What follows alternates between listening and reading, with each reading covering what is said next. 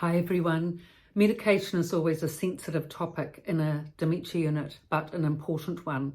The first thing you need to do is to get a copy of the clinical notes, which the power of attorney in your family has authority to implement. So once you've got the clinical notes, go through that and you'll see the dosages and the medication that your relative is on. If you've got a nurse or a doctor in your family who can go through that with you, all the better. If not, try and find someone who can help you with that. Read up on this and become informed. It's very important, especially if you find your relative is, deteriorating in terms of gait, Parkinson's type symptoms, tremors, festinating, stumbling gait. It may be side effects from medication. So you need to talk about that with the doctor and work it out what it is in terms of side effects, medication, or another issue. So in terms of medication, in particular with walking and gait, I will go into, because my background is physiotherapy, by the way, 40 years as a physiotherapist, or almost, and then 5 or 8 years as a diversional therapist. So I've got experience in, walking and gait and activities of daily living, both at a dementia unit and outside. But in terms of medication, it's the nursing establishment and doctors that are experts with this. But there's one or two things in terms of side effects, physical side effects, which affects the physiotherapy arena that I will go into here that I've had experience with. So at a dementia unit, typically, a relative or your relative can come into the unit. I've seen this happen a number of times, fit and healthy, except memory loss, total memory loss, but otherwise physically fit and healthy, walking, independent, no walker, no walking stick, good stability, good stride, good strength, late 70s, it's not old.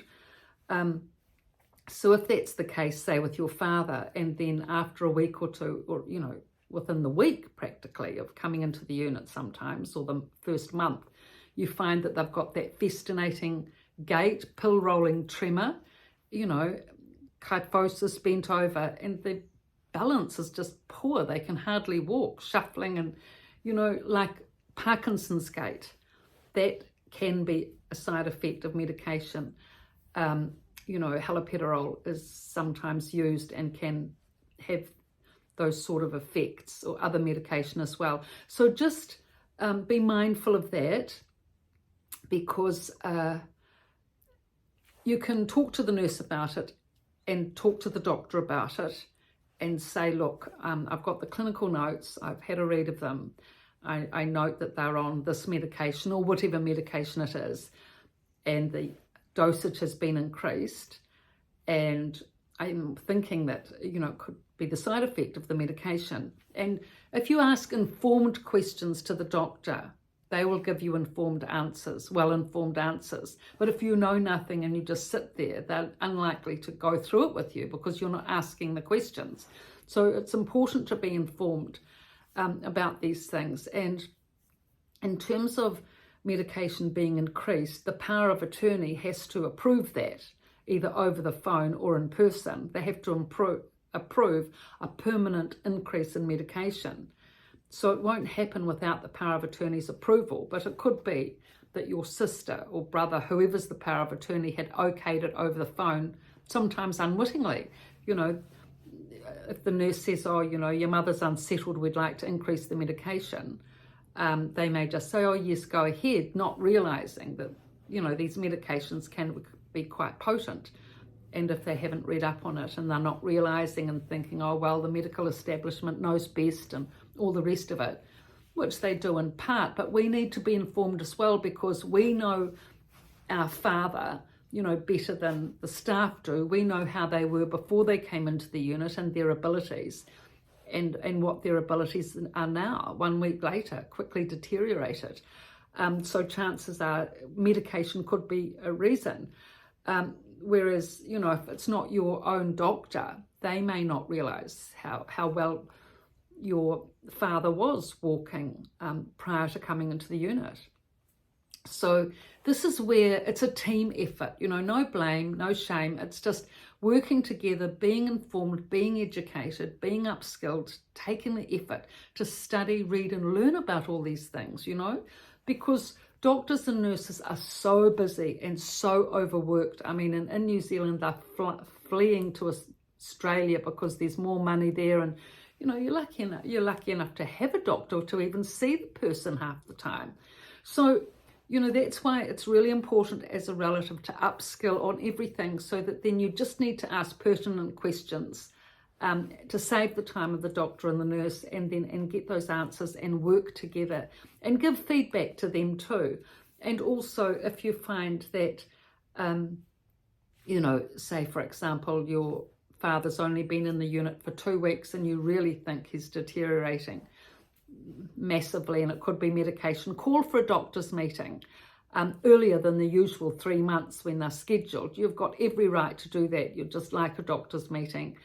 You know, you've got some concerns, and because the doctor will be coming in every week to see the other, you know, or generally every week if they're the regular doctor there, but if not, they'll come in to see you to discuss concerns.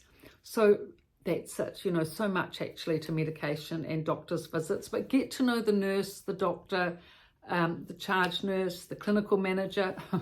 Same thing, like I was saying in the other video, write all the names down, names of all the people, their roles, their shifts, when they're on, all the information.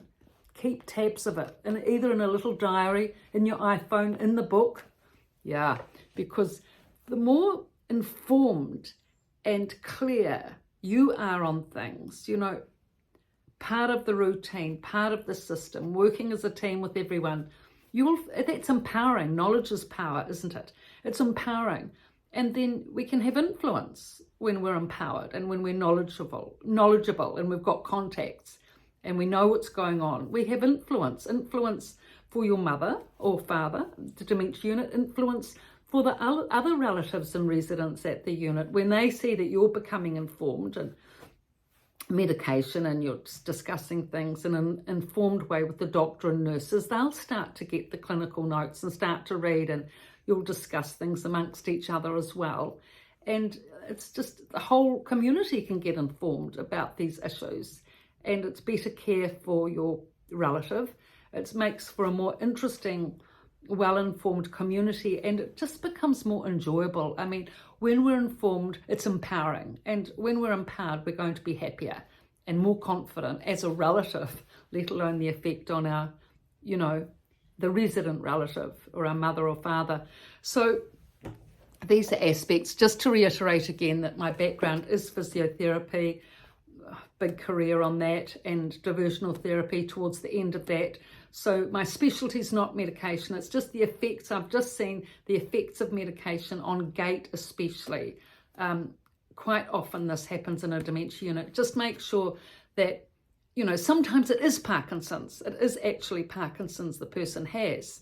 And that's why they've got that festinating gait and pill rolling tremor and poor balance, you know.